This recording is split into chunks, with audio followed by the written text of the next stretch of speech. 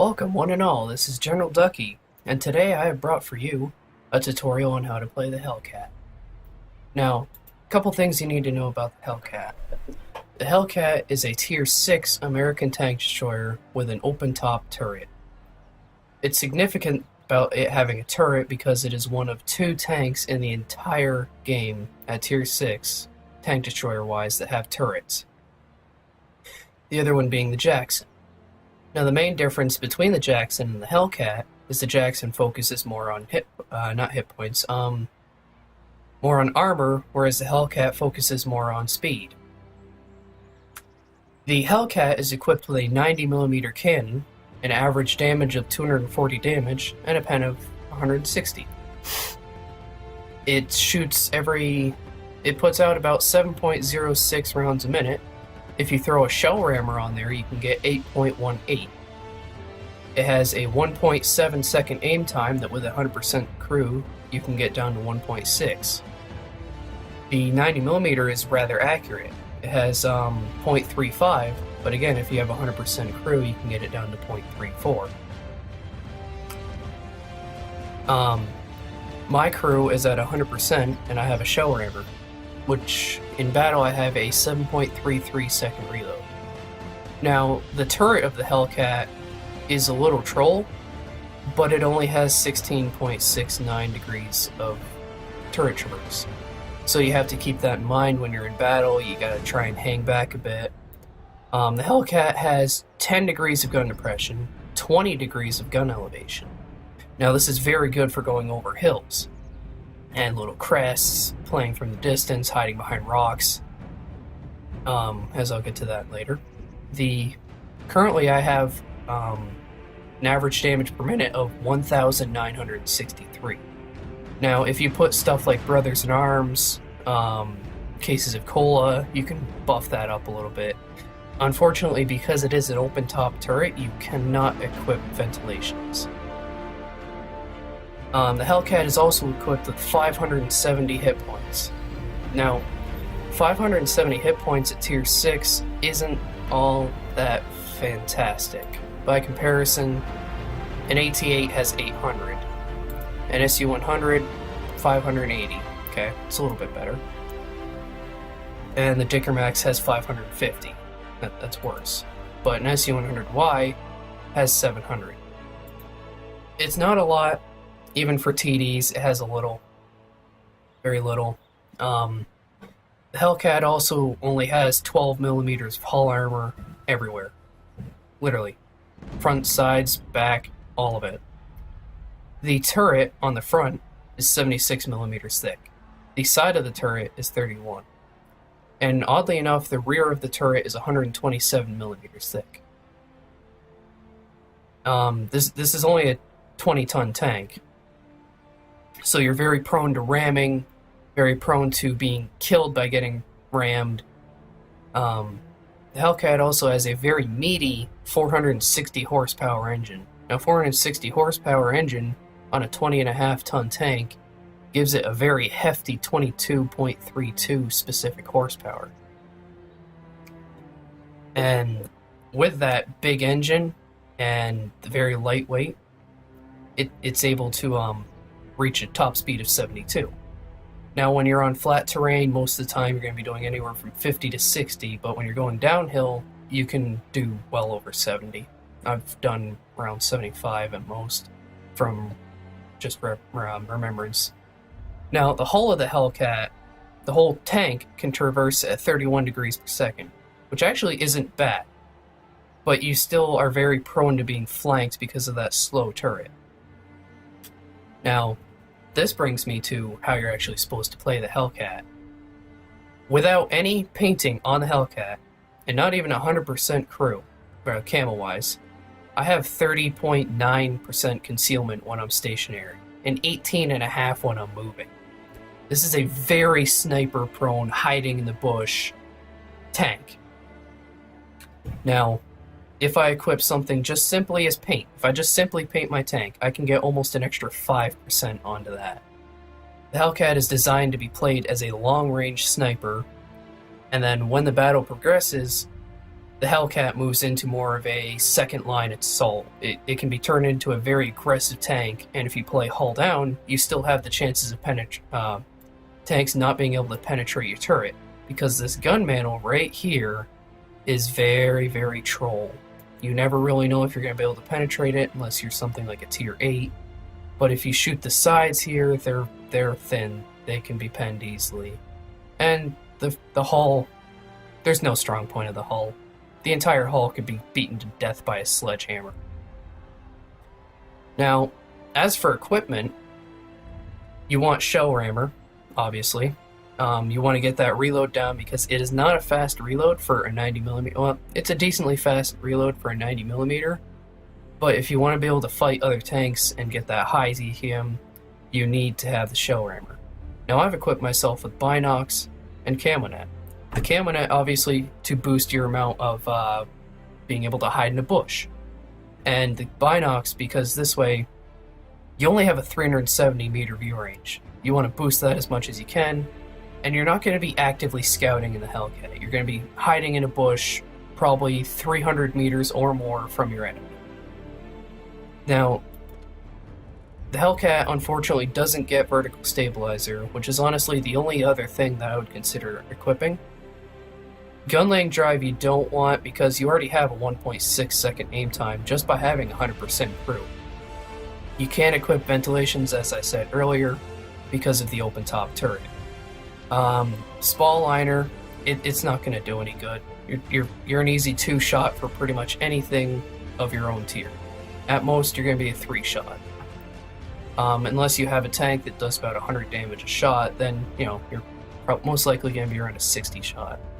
Ammo rack durability, I actually would consider that because the ammo rack on this tank is very, very weak. I get ammo racked a lot, but that's my own fault because I play aggressively towards the end of the battle. Torsion bars, not really all that necessary on the Hellcat. And then ammo loadout wise, I run 20 AP, 5 APCR, and 5 HE. Now I run the 5 HE because, say I run into a Nashorn, or a Dickermax, or a light tank. My average damage goes from 240 to 320. Now when you combine that with a 7.3 second reload, you significantly boost the amount of damage you can do per minute.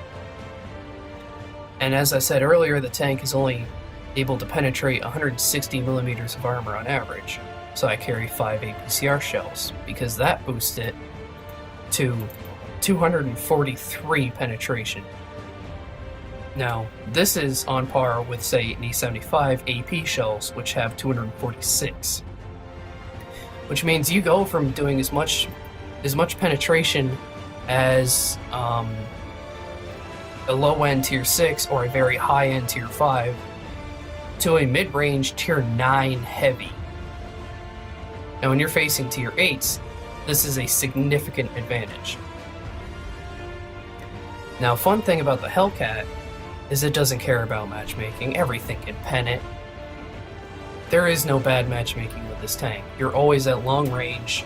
The only bad matchmaking you're going to have, honestly, is if you go up against tanks you can't pen. Which you're never going to see T-95s, you're never going to see Tortoises. You are going to see T-28s, but they have these massive commander's hatches, they have very weak sides, they're very slow. The AT-15 has massive commander hatches that you can hit from a mile away, and again, they're slow. Now I like to play my Hellcat at about 400 to 500 meters at the beginning of the match. And then towards the end of it, if I'm platooning, I get very, very aggressive. And it works out very, very well. As my maximum damage in one battle was 3,167. Now I actually have this battle on recording, and I'll show it to you a little bit later. But that was just me playing aggressive. Now, that's as for crew skills, you want camo. Camo, camo, camo. Camo, camo. This thing desperately needs camo. I went with 6 cents because, as I said, I like to play a bit aggressive, so I need to know if I'm spotted. After that, brothers in arms. You want brothers in arms. You also might consider recon. Recon again is going to boost your view range, making it so you can spot for yourself. On your gunner, I would recommend snapshot, because even though the turret is slow, keeps the circle from getting very large, you still want to be more accurate when you're shooting. As for the driver, I instantly just go for clutch braking. You need to make this tank turn faster, less prone to being killed. And then I'd go with smooth ride, and then maybe even off-road driving. Controlled impact isn't really going to help you too much because the tank is very light, very little armor. That's okay. So for your radio operator, after brothers in arms and camo and all that, I would go with situational awareness, again to boost your view range. You want that very good view range. Now the tank has 782 signal range, which is very good. That can be buffed later on after you get everything else you need on the tank. And your loader. Your loader, well, everybody's loader is kind of ruined. They get terrible things, but intuition, I would probably go with intuition because I've recently started getting intuition to actually work, and it brings so much joy to me when I get it. Because you go into a battle, you want to switch between, you say you're in a tier 8 match with a Hellcat. You have an AP shell loaded, and there's a tier 8 heavy tank coming towards you. Say it's an OHO. You can't pen an OHO from the front with an AP shell. Or better yet, even OI. You can't. It's just too bouncy. You have to precision aim your shot and pray that it goes through. Now with intuition, you double tap on the 2, and your APCR shell is instantly loaded. Now this doesn't happen all the time. In fact, it only happens, I would estimate, probably like 5% of the time. When it does happen, it can save you a lot. Now, I haven't had it save me yet, but it encourages me to play better throughout the rest of the match. Now I'm going to show you a bit of gameplay, and after each gameplay I'm going to show you the after battle results and show you some more benefits of the Hellcat. Now, here's a battle of me playing in my Hellcat with a good friend of mine. Right there? Right there. Yeah. His game name is Kenzum. I enjoy playing with him a lot. Now the matchup of this match. As you can see, it's a tier 6 match. The enemy has a rather hefty amount of heavy tanks. They have about a third of their team is heavy tanks. The OI, M6s, T-150s. Very strong armored tanks from the front. Now they have about 2 scouts. Yeah, 2 scouts. We have 2 scouts. Each team has an artillery. We have 1 less tank destroyer. We do have more heavies, and each team is equipped with the same amount of medium tanks. Now, we're on airfield, and my plan for this match is to go up in this corner over here. Now, with the Hellcat on this match, or this map, from this side, I would recommend playing down here, maybe in the buildings. If you want to play aggressively and try and scout, get right in there. Mainly, I would try and go out here so you can get shots on the enemy as they're in here. Now, if you spawn on the other side, there are 2 places you could go to start off the match. I'd recommend here. There's a little rock in here that you can get some decent shots from. Mainly back in the corner over here. I would try and play from back over here. And then as the battle progresses, I'll give you some other advice. Now, as this battle goes on, Kenzum decided to try a new spot. And it's a good spot. It looks like a very good spot, but the bushes don't offer very good protection, as he finds out rather quickly.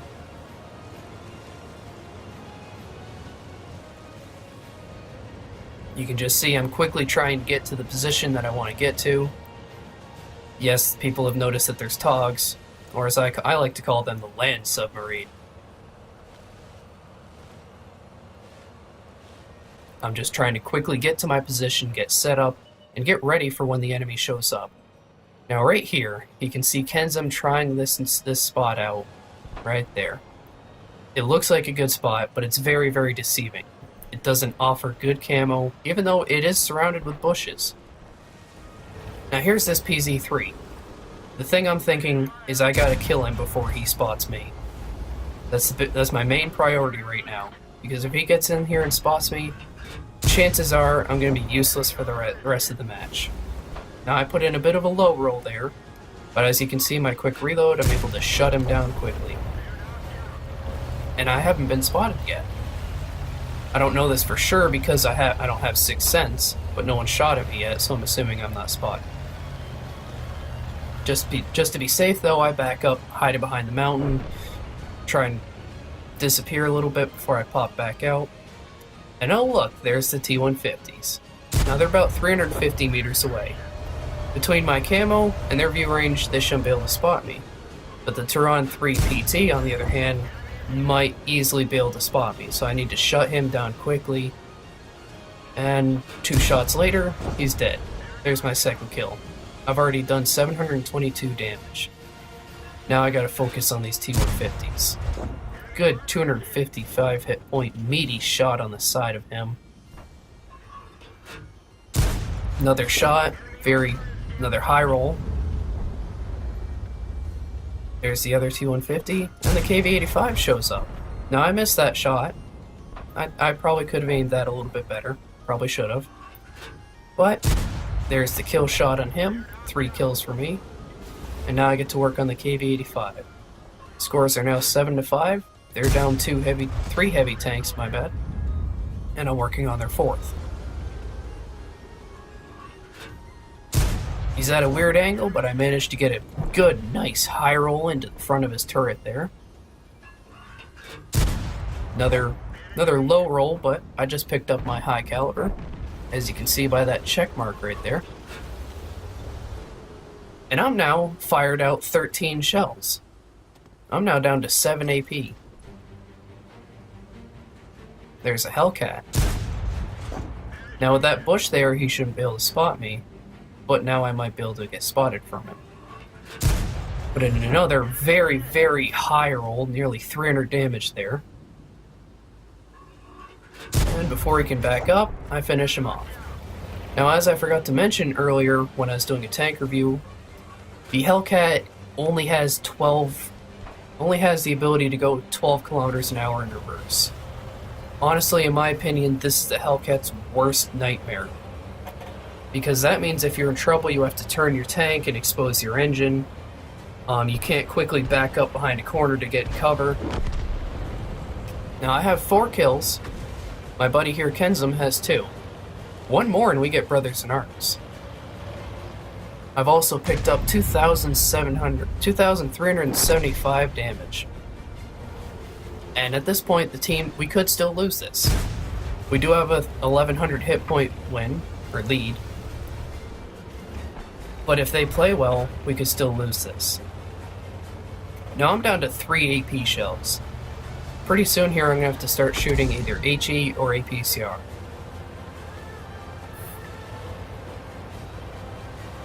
Right here I'm thinking I gotta go help my Tog because he could still die. There's that, yeah, he's in trouble, he's being shot at from both sides and artillery. A little bit of auto aim there, but I managed to kill him, picking up my 5th kill. And he's running away, auto aim again, look at that, 6th kill.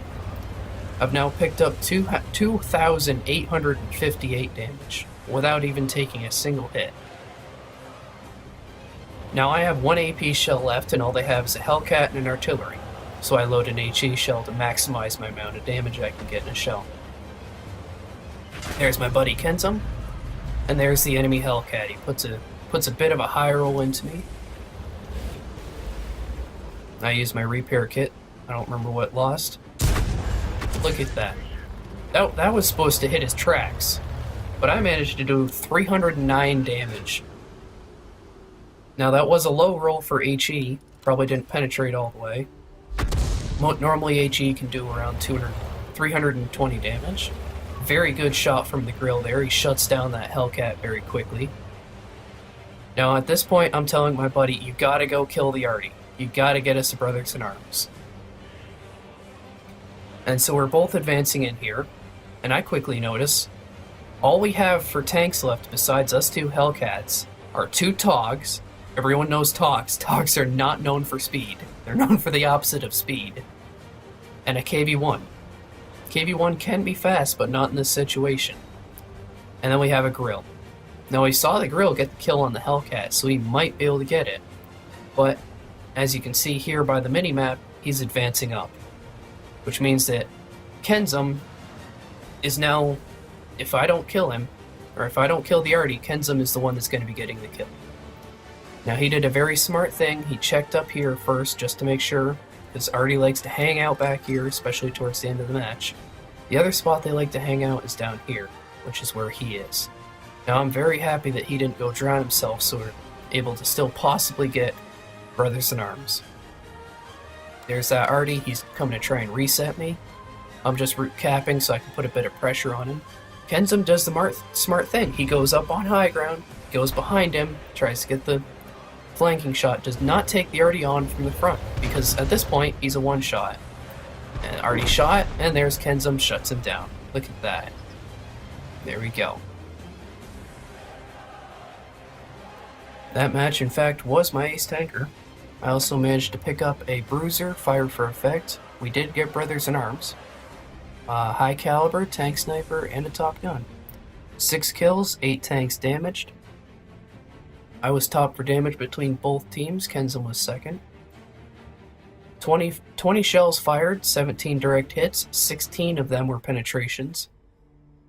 3,167 damage, 2,375 which was from over 300 meters. 6 kills, 261 spotting damage, 49% of the enemy base captured. 1,983 experience with premium. Without, it was 1,322.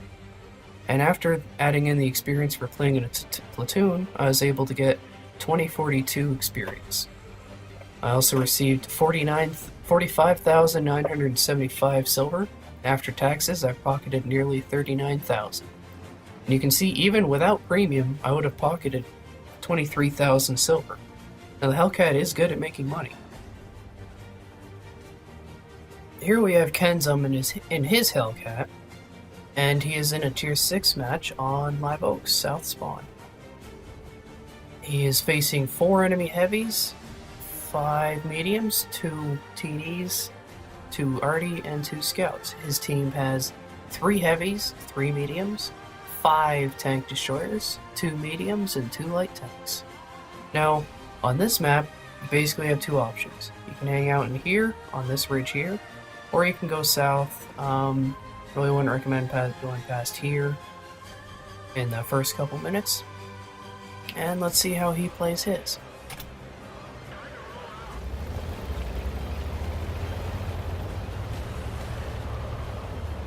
You can see he's heading south right away. Very good choice, in my opinion.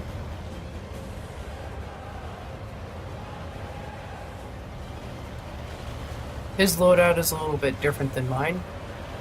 He actually went for 10 APCR instead of 5 AP, 5 gold shells and 5 HE. Good choice if you tend to see a lot of Tier 8s. Now this bush that he's taking up right here is in fact a very good bush that I myself don't use a lot personally, because I'm not used to playing it, but I'm trying to get better at it because of 2 main reasons. One, you can scout from this bush fairly decently. You can also hide in it. And 2, the more important one for Hellcats, it's on a slope, which means if you get in trouble or spotted, you just back up and you're in cover completely. Now here he's just scanning the ridge, waiting for the enemy to pop up. There's a Chaffee. He's aiming in a shot, and aims a little too far in front. Now he's spotted, but he auto-locked onto the Chaffee. Decent hit, a little bit of a low roll, but he manages to take off the tracks. Now here you can see he's not playing aggressive. And what aggression he does have, he's keeping at a distance. Good hit on the Rudy, backs up while he reloads. Very slow reload or very slow reverse speed even on a downhill. Waiting for the Rudy to pop out. pretty low roll, but that shot shouldn't have even hit. It loaded up, and another lucky shot, and this time it's a high roll. Backs up just in time to miss about 3 shots from the enemy tanks and 1 from the arty. And now he's going in from a different angle to give the Sorry Sarl some support. Ram 2 and an M5 Stuart. Good hit on the Ram. And loads up and misses that shell. Now he's auto-locked on the M5 Stuart and preparing, loading, and dead. Now you can see first hit he takes, he loses his engine, but he fixed it up quickly. Auto-lock, and kill shot. You can see right there on the side of the tank where he took the shot and lost his engine. Manages to miss another arty shell. Now you can see he wasn't close up with them. He was about 100 meters away or more. If you're going to play the Hellcat, you need to keep about that much distance if you want to play aggressive. Now he's going to kill the arty if they're still on their cap. And once he's done with that, you have 2 options left when you're done with killing the arty. You can either help your team in killing off the rest of the enemy, or you can cap. The more important one depends on what the battle type is. In this case, at this very point, due to the fact that we're not very far in a hit point lead, at this point I would consider capping. After you kill the arty. There's the arty. He slows down a little bit, takes up the hill, starts aiming in quickly. Aims ahead, pre-planning, and headshot! Now the first time I saw this, I didn't think that shell was even going to hit. But it in fact managed to. The Hellcat does manage to get some lucky shots like that. So far this matchup, we've seen about 3 lucky shots, one of them being that one. Now here he's already shot out half of his AP supply. And at this point, his team has a significant lead in kills, but they're losing in hit points. Here he's looking for the other little arty. Where'd he go?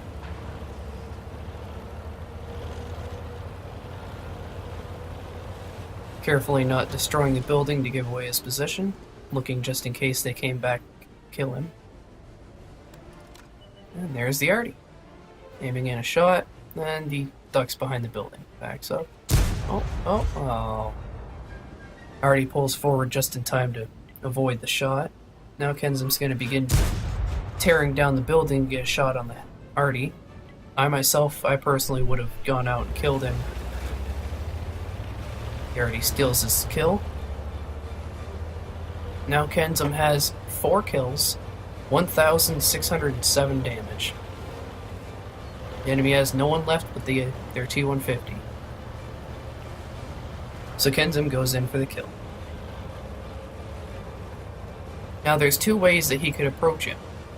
He could, technically 3. He could try and get behind him and trust that his team is going to take him on from the front. He could try and get on his side, flank around him, try and do circles around him, or he could take him head on. Now we see that the Dicker Max is pretty far in the distance. The PZ-4H is coming up from the rear, but not very fast. Now he's stopped. So Ken decides to go left and take the T-150 head on. Misses the T-150 shell barely, but manages to penetrate him with a lucky shot again. Here he pulls forward, manages to take out his track. Now at this point, I personally would have backed up and tried to get a flanking shot on him. Ken takes the hit, puts another shell into him, now 2,100 damage and 4 kills. Reloads, pulls out for another shot. Bad choice on his part. You gotta play the Hellcat as a flanker.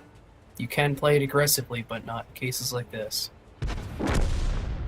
T-150 finishes off the PZ-4H, and there's the Dicker. And the Dicker takes his 4th kill. Decent gameplay by Kenzum. Here we can see that was Kenzum's Ace Tanker match.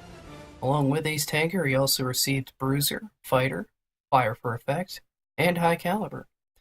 For his efforts, he received 24,119 silver, along with 3,186 experience. He was top for damage on his team and top for experience, both of which were better than anyone in the match. He did 2,079 damage, 170 of which was from over 300 meters. He fired 15 shells, 11 hit, and 10 penetrated. He spotted 5 enemy tanks. He damaged 6 and destroyed 4. He also got 187 assisted damage. After taxes, he pocketed 12,648 silver, and if he had premium, he would have made nearly 5,000 experience and pocketed nearly 25,000 silver. Very decent match for showing you how the Hellcat performs, being a bit more aggressive. Now let's move on to another video. And the final video that I have for you comes from El Haloof. It's another match with me and Kenzum. The enemy team has 3 heavy tanks, we do as well. They have 4 medium tanks, we have 3. They have 2 tank destroyers, we have 4. Each team has 3 artillery and 2 light tanks.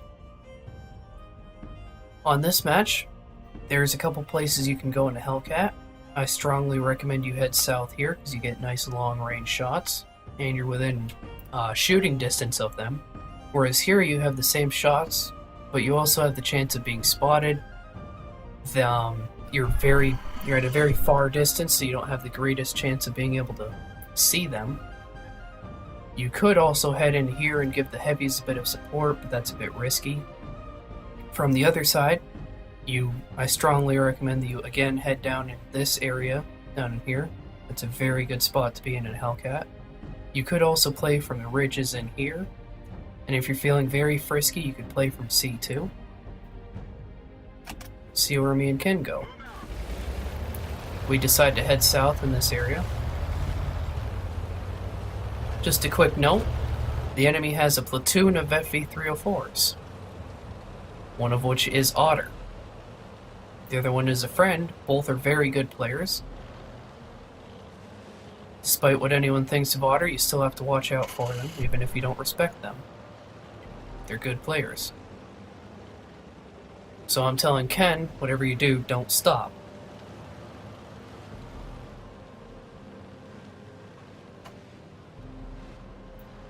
So whenever we get spotted, both of us will be moving around, maneuvering, avoiding Artie. SU-85 gets spotted. I aim in a shot.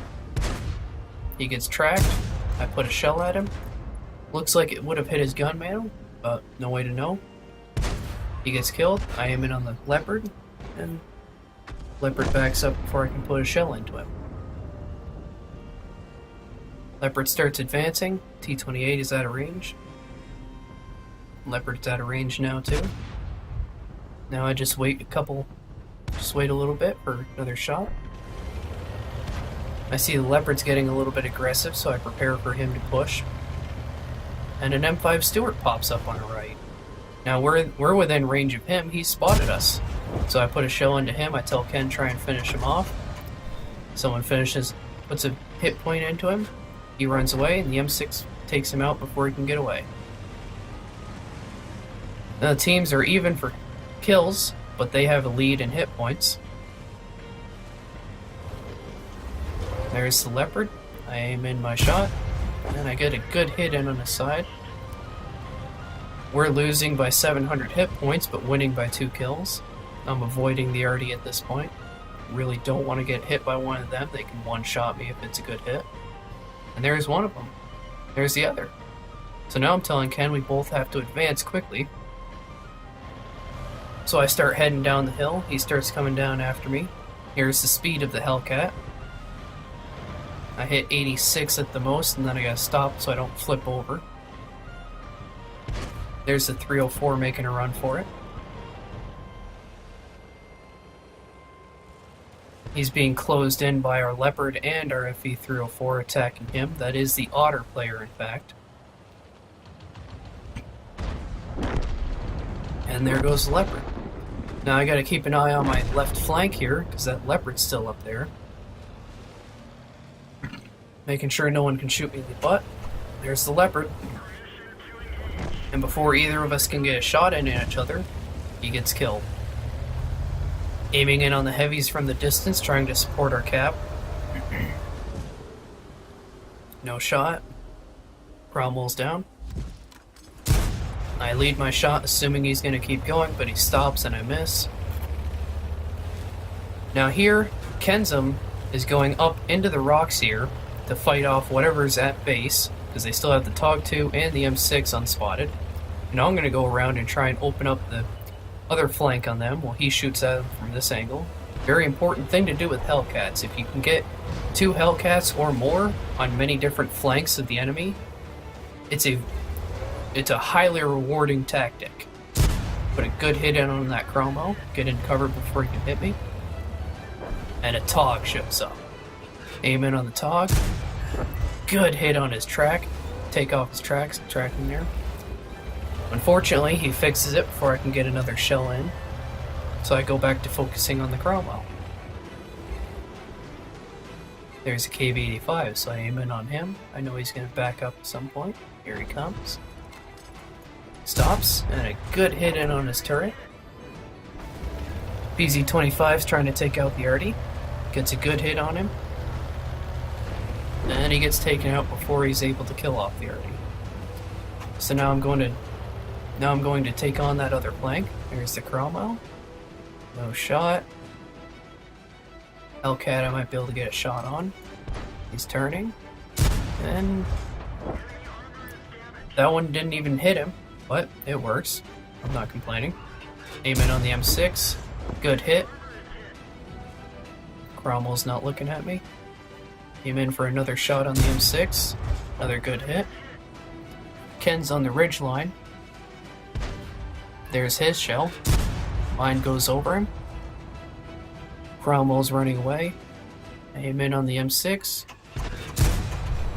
I get the M6, Ken gets the Cromwell. At this point I've got 1 kill, Ken has 2. I've done 2,039 damage.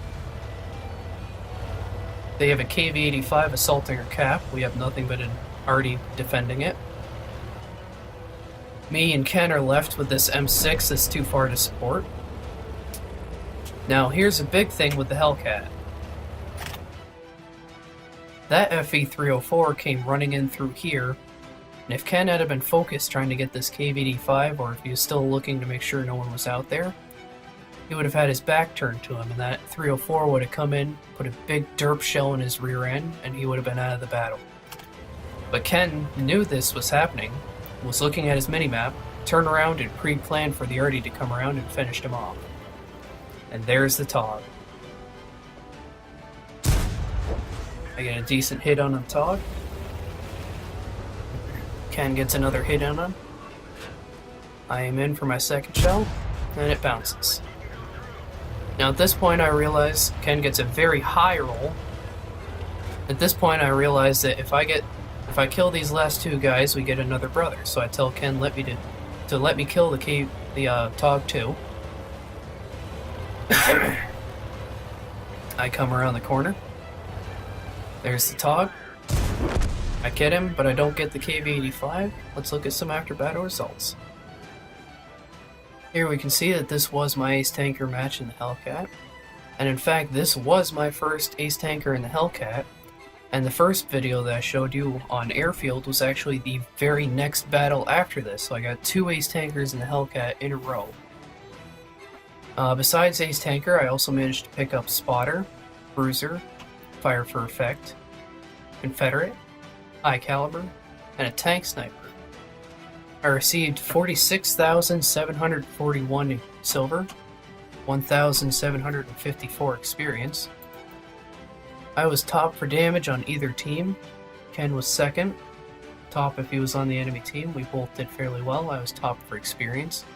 Ken managed to pick up a demolition expert and a fire for effect. In that match, I fired 15 shells, 13 hit, 12 penetrated. I did 2,630 damage, and 1,517 of which was from over 300 meters. I spotted 2 enemy vehicles, damaged 8, killed 2. I also managed to pick up nearly 1,300 spotting damage. I also traveled 2.5 kilometers. With premium after taxes, I profited 43,000 silver. Even without premium, I would have made 27,000 off that battle. The Hellcat is a spectacular moneymaker if you don't have premiums. I also pocketed 1,700 experience. Good battle on showing the ups and downs of the Hellcat. And now let's take an overview. So what did we learn here today? We learned that the Hellcat has incredible camo, is very mobile, has a very good gun, even if it's statistically on paper not the greatest. It is still, in my opinion, my favorite. It has a hefty amount of horsepower, especially for how light it is. It's a very good long-range sniper. If I have any tips I had for anyone that was looking into getting it, I'd say wait until you're a more experienced player. The tank is not very friendly or very, what's the word I'm looking for? It's not very forgiving to new players. It's not a tank you want to learn how to play tank destroyers on. It's more of a professional playing tank. Best recommendations for those of you that are in that range and are looking to play it, I'd say start off your battle, even if it doesn't matter what tier it is, start off your battle being a sniper. Once the battle progresses, once it gets close to the end, then advance in. I would say try and stay about 100 meters away from anyone. That'll keep you safe, that'll give you time. Plan out your battles, plan out what's going to happen, where you're going to go. And for those of you that are looking to play tank destroyers and learn how to play them, I would actually rather recommend the Jackson over this tank because it does have a turret. I'd also try the AT-8 or even the SU-100. The ARL-V39 is less forgiving than this tank is. I'd like to thank all of you for watching this video. Please leave a like, comment, and a subscription.